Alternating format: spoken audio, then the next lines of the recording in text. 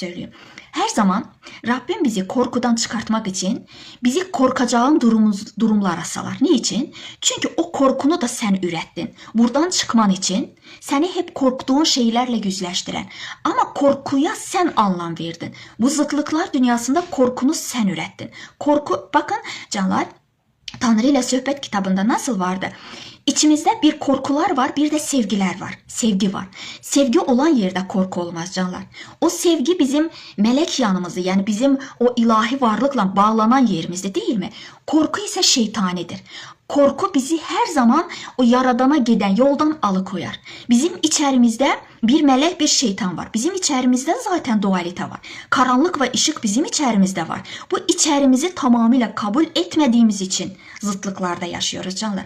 Ama sen o korkuları sevgiye dönüştürdükçe, korktuğun her bir şeyin içerisinde de bir seni geliştiren, seni hayatına anlam katan bir şeylerin kabulünü verdikdə ki, bu böyledir, böyledir dediğin anda ani bir farkındalık olar. Bakın canlar, bir kəsdən ben çok korkuyordum, hep üzerime geldiğini, ya hayır o bana böyle yapar, böyle yapar diyordum.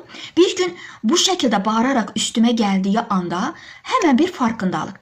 Şöyle söyledim: ben senden korkmuyorum. Seni ben yarattım. Yani benden bana oynuyorsun. Çünkü bende olmayan hiçbir şeyi hiç kes bana gösterebilmez. Ben içimde korku üretmişim ki bunu dostum mu, eşim mi bana yansıtıyor ki ya Gülnar, içinde bir korku var. Buradan özgürleş.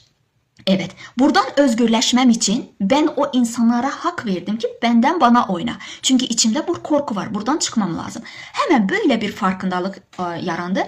İçimden şöyle söyledim o insanın gözlerinin içine bakarak. Her zaman böyle duruyordum ya, korkuyordum. O haklıdır. Narsist bir tiptir. Ama şöyle söyledim. Tam gözünün içine baktım. Frekansımı yükselttim anda farkındalıkla ve şöyle söyledim: seni ben yaratmışım. Bu hakkı ben sana vermişim. Tüm haklarımı geri alıyorum. Senden korkmuyorum.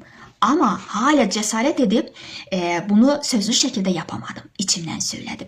İçimden söyledikçe sanki o korkunun yavaş yavaş benden düştüğünü ve içimi bir güzel, ferah bir enerji kapladığını fark ettim. Bakın canlar, burası bir hologram evreni, değil mi? Bizim her birimizin önümüzde bir hologram sistemi var. Bu hologram sistemi de senden yansıyan